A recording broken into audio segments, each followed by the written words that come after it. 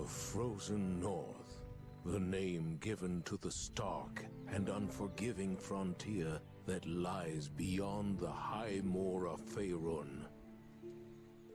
A bleak wilderness where barbarian clans and tribes of giants roam the land and fierce dragons rule the skies.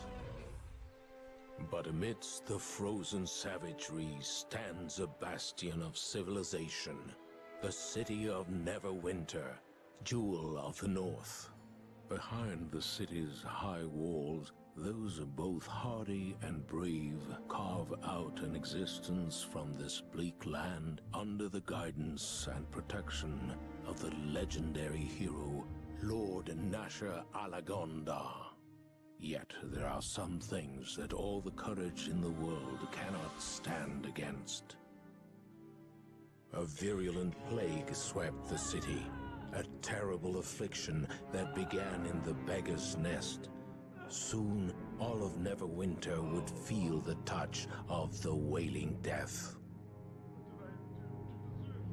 The disease could not be cured. Panic ensued. The streets erupted into violence. The jewel of the north was brought to its knees. To save Neverwinter, Lady Aribeth de Tilmarand, Paladin of Tyr, and Lord Nasher's right hand put forth the call for a champion.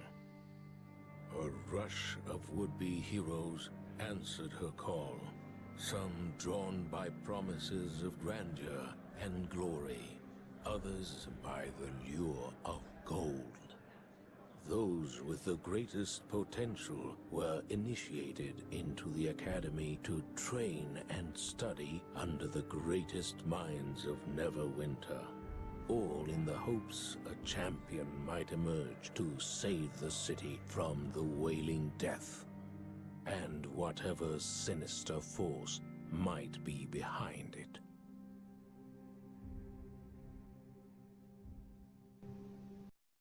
Angelo groaned as he sat up from the cotton linens of his bed. He demanded silk, but the idiotic guards had asked him how he would pay, knowing full well that they had taken his gold and inventory. The audacity. Sighing, he glanced around the drab room. Bottles of wine littered the floor, as well as ale and spirits. He noticed some of the crimson liquid had even spilled. What a waste, though. However, as he felt the sting of claw marks on his back, he recalled why exactly the wine was spilled in the first place.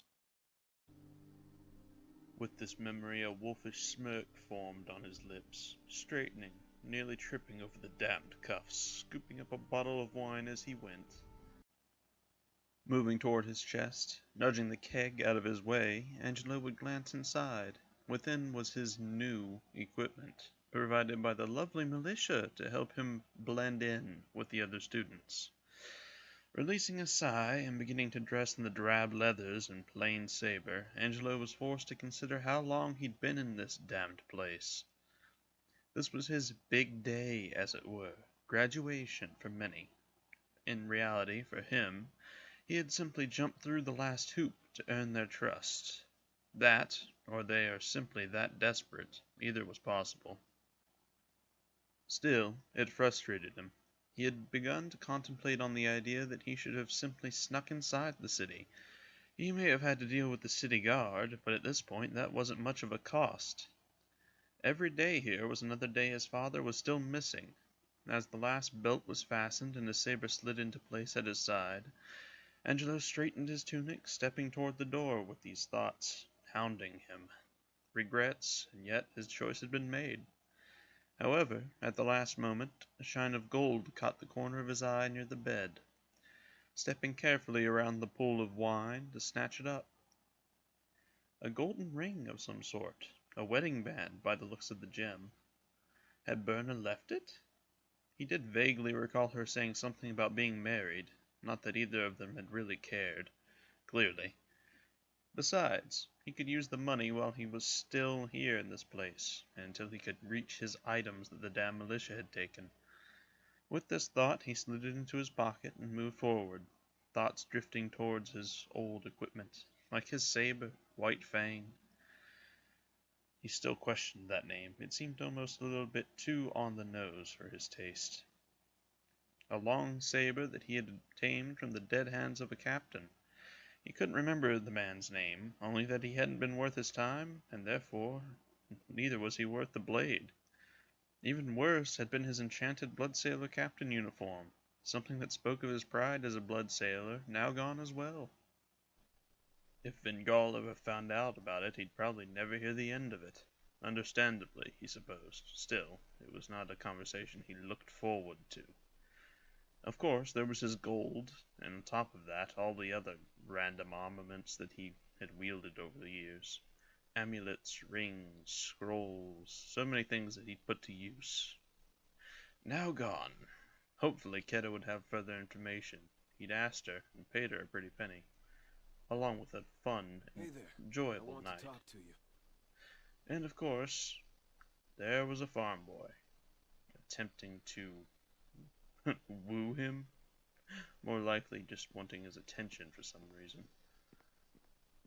Finally, you're up. I was afraid you were going to sleep all day.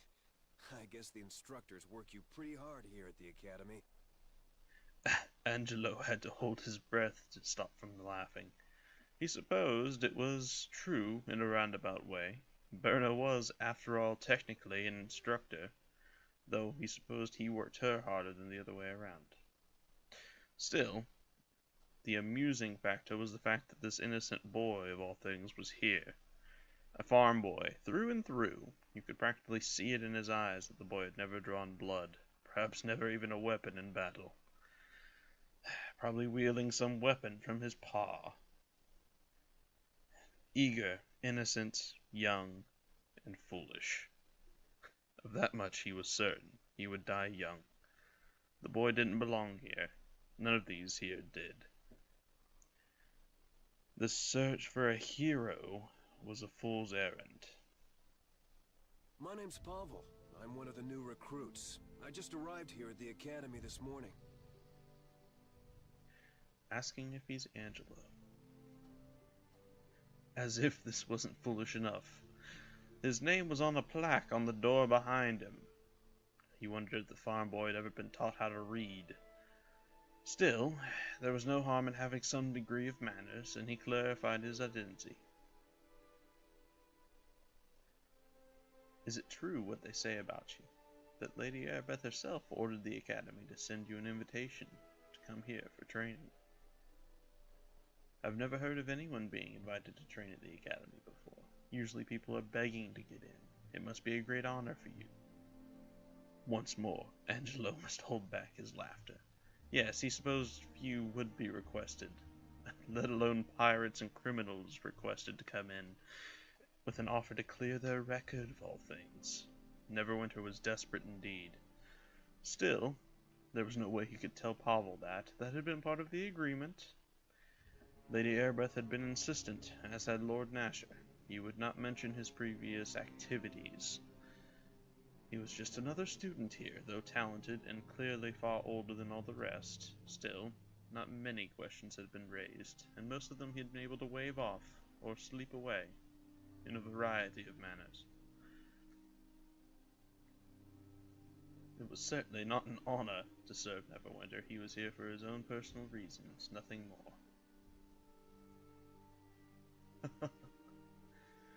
This definitely seems much more like Angelo. Although, his pride and arrogance definitely stems from a number 2. Let's go with that. You're pretty full of yourself. Hope you have the skills to back up that confidence. But for some of us, things don't come that easy. Angelo once more, holding back his laughter. After all, of course it wouldn't. He had at least 20 years on the boy, and to top it off, he was much more naturally talented than some far hand in the Neverwinter countryside. My brother Bim and I were working on one of the nearby farms outside the city when we heard Lady Arbeth put out a call for heroes to come to the aid of Neverwinter. Angelo would shake his head. Of all things, a farm boy, thinking he could become a hero. just as he'd assumed. The poor fool was going to die. We knew the city was suffering, but we didn't realize how bad things were until we got here. We arrived just before they sealed the gates and quarantined the city. This was something Angelo made note of. After all, this put the boy at having arrived before he had. That meant the boy might have some useful information for him. Thank the gods I got accepted into the academy. I wouldn't want to be out there on the streets with the plague, not with the city guards barely able to keep order anymore. Angelo had to agree with that. He'd come here, intending to use that title to become a city guard, part of the militia, and use it as a way to find Bengal. But now it seemed that title was worth as much as it was written on. Still, it had been the choice he'd made. There was no going back now. Let's see here. Angelo definitely doesn't give a damn about his brother. This seems accurate. Still, the boy might have some information that he'd want. Though he knows plenty about the plague, he might ask anyway, just to see. The Wailing Death is a plague worse than any recorded in the entire history of Neverwinter. The whole city has been quarantined. Nobody is allowed in or out. The Neverwinter militia do their best to enforce the quarantine, but people don't like being trapped inside the walls of a plague-infested city. Imagine that. The boy was truly a genius. Every day, more bodies pile up in the streets, and the citizens move one step closer to panic and open rebellion. Can't say I blame them. It's only been a few months and already the dead number in the thousands. Angelo was not aware of that. He knew that the bodies were immense, but thousands put it at nearly half of the population of Neverwinter itself. The city was large, certainly, but it was no water deep. This was incredibly troubling, because that meant the amount of guards and the amount of civilians were low. That many bodies had many issues, from necromancy to all sorts of other darker and much more nefarious means. He felt all the more urges to ensure that he got to Bengal as soon as possible. They needed to get out of Neverwinter. The concept of a cure was clearly impossible, or at least difficult. Asking about such a thing would be pointless. Angelo's no fool. If they're looking for one, then he doubts some farm boy in the middle of nowhere knows anything, although rumors are a possibility. Most people have given up any hope of finding a cure for the Wailing Death. Oceans of medicinal herbs do nothing, and even the prayers of the city's most powerful clergy have been ineffective. As Angelo assumed, otherwise there would be no need for any of this. I guess that's why Lady Airbeth ordered the Academy to open its doors to new recruits. The city needs a hero, someone who can save us all from the Wailing Death. Angelo, struggling not to rub his temples. This was a pointless question, it would seem. The word on the street is that Airbeth is actually working on a cure right here in the Academy, but that's just a rumor, probably not even true. Right as Angelo thought this was all a pointless endeavor, the farmhand would prove him wrong. Rumors were always untrustworthy, but that didn't make them completely false. There was always a root, and that root was usually true. It was worth asking Keta about. She would have much more information than this farmhand, but this was a good lead. The rest of the details of the plague are things he already knows. Though, more information on the rumors could be useful. I only know what people are saying on the street. Some claim Airbeth has a cure and she's going to start passing it out soon. Others claim she's keeping the cure for herself. Angelo doubts that. The woman's far too much of a goody two-shoes for such a thing. Angelo, perhaps, though he'd at least make sure that the price was fair. But still, no reason to skip out on a profit just because people need it.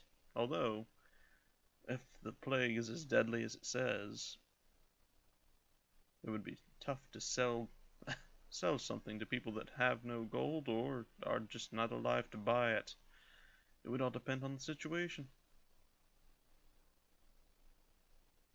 But like I said, it's just rumors. Maybe some of the people who've been here at the Academy longer than I have would know more of the cure, if there even is one.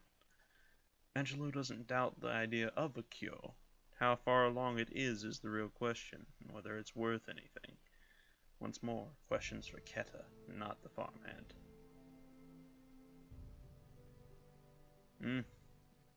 Further questions seem pointless. Yes, I suppose you need to get on with your training. You probably need to go speak to Olgerd in the next room and get your equipment so you can take in the final tests and finish your training. If you want any tips or instruction on adventuring, then don't forget to say hi to my brother Bim on your way out. Angelo, truly struggling to maintain his composure, would simply nod and offer a polite smile. A tutorial on adventuring. Hey there. I want to talk to you. Oh, and of course, there he is speaking. Angelo couldn't wait to get out of this room. He had little doubt that it was going to slowly drive him insane.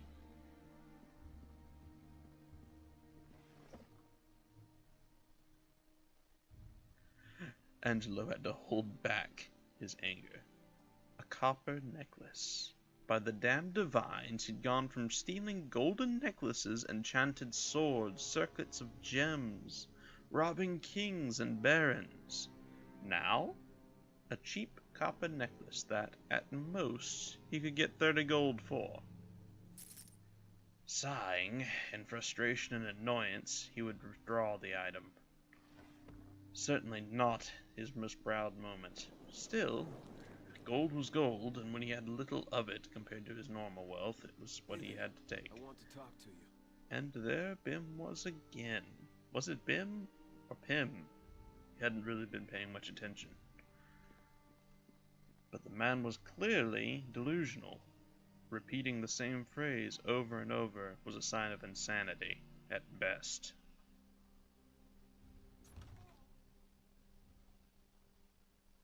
Oh, now the divines were just laughing at him. Damned gods. Still, a silver necklace was worth much more than a damned copper one. He'd take what he could get. And he felt like the gods knew that. He could hear Talmora's laughter in the back of his skull. Heading toward this Bim fellow, he couldn't help but hesitate. He was still repeating the same phrase, muttering it over and over under his breath. Staring into space, muttering about tutorials and adventuring. The boy clearly lost his mind already, I want to talk to you. and he was not stopping. Proving Angelo's point that these boys were not fit for the job that they had assigned themselves to. Instead of talking to him, Angelo decided to make his way around, carefully, with slow motions, and head out the door. Entering, he felt the heat of the brazier. Two, in fact. Kegs lined the walls, as did weapons and inventory. This man was Olgerd, a dwarf surprisingly with a keen eye. Though not easy on the eyes by any means, and certainly getting along in age, the dwarf was over here and get your equipment. quite excited, it would seem. Still, he was one of the few that Angelo had some measure of respect for, an old soldier, if a bit delusional to be yelling out randomly into the air. Hello there. Come to get yourself some supplies from old Olgar, have you? Good idea. Can't have you wandering about the streets naked. Might give the Academy a bad name. He felt like that was a slight jab. After all, it wasn't his fault that night. A little bit too much ale and, well, a pretty little noble woman that was practicing magic. It was all innocent jest. He hadn't meant to go sprinting through the corridors naked. But sometimes things happen. Still, he supposed he shouldn't mention it too much. Ulker would just have more fuel to add to his fire. The city guard are already having enough trouble maintaining control as it is. Plague bodies piling a dozen deep in gutters, the wailing death running unchecked through the districts. Horrible, I say. But you've heard all this before, I'm sure. Here, I've got some equipment for you. A rogue like you might find it handy in completing your training. Angelo had to give the dwarf an eye now. Olgert was one of the few individuals that actually knew of his past. It was clear that the dwarf was just messing with him, or the old dwarf was much more delusional than he'd originally assumed. Either way, he wasn't going to offer any more fuel. Now, if you're ready, I'll give you a tutorial on how to access your inventory, so you can use that equipment I just gave you. I feel like we're going to skip through this, because this is very much not in character. So, let's just...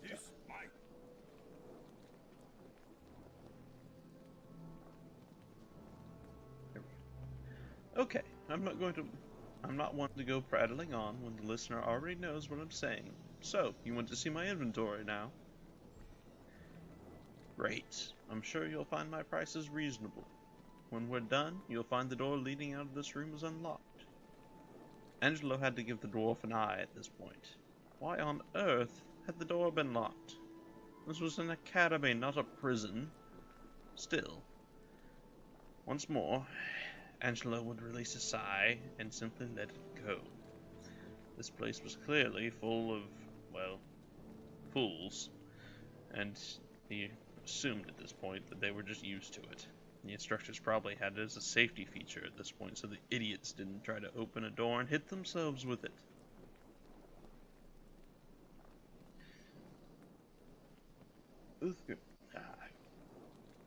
Keep doing that. Been playing Warcraft lately. Olgerd would offer the man a set of studded leather armor, something that, to Angelo's eyes, was atrocious. The colors alone. Why couldn't they just leave it the right color? It started out brown. Let it be. Instead they dyed it olive, of all things. What on earth? Still, he tucked it away. It was something that would be worth something later. It was an improvement after all, though it would hinder his movement quite a bit. A trade-off. The atrocious outfit they'd given him initially was quick to be tossed to the man, followed by the silver necklace, as well as the carpet. Thankfully, due to his natural connections, as it were, they'd sell for quite a bit more than he'd initially assumed. The short blade and the dagger were next. Though one could appreciate having a spare weapon, the dagger would just weigh him down. Tossing the half-full wine bottle, he got a few gold for it as well, simply because Olgerd appreciated the gesture. The trap was tucked away into his back pocket, no use to him. And finally, he sat staring at the pretty little wedding band, debating if it was worth keeping and offering to the woman, or just to sell it. After quite a bit of contemplation, he decided that if Berna had not been interested in it or cared enough about it to even realize she'd left it under the bed of the man she cheated on her husband with, he shouldn't care about it either.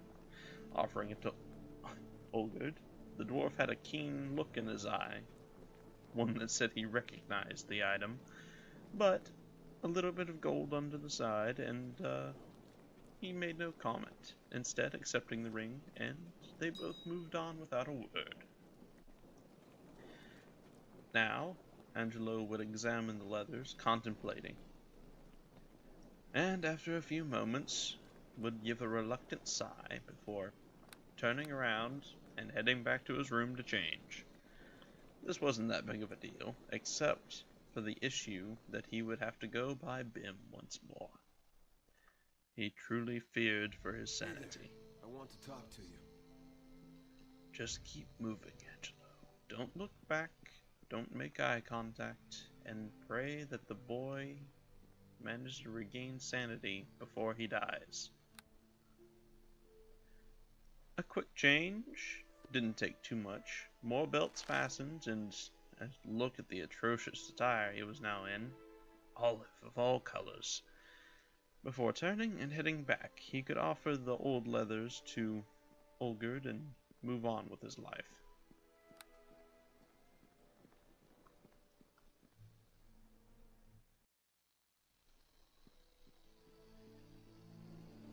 Welcome back. So, what can old Olgard do for you? You want to take a peek inside my shop? Or is there something else? Once more, Angelo can almost feel the jab. Clearly, this time about the ring that he'd offered him. Still, the dwarf had accepted it, so he was as guilty as he was at this point. With a sigh, he would clarify he just wished to sell him back the old leathers that they had originally equipped him with. Deciding to keep the club just in case, there were some creatures that it was much more effective against than his saber. Sadly, the drawback of such a weapon was that it wasn't the most heavy-duty when it came to damage dealing. Glancing through the inventory, he contemplated purchasing something. Still, there was no real reason to just yet. For now, he'd let it be.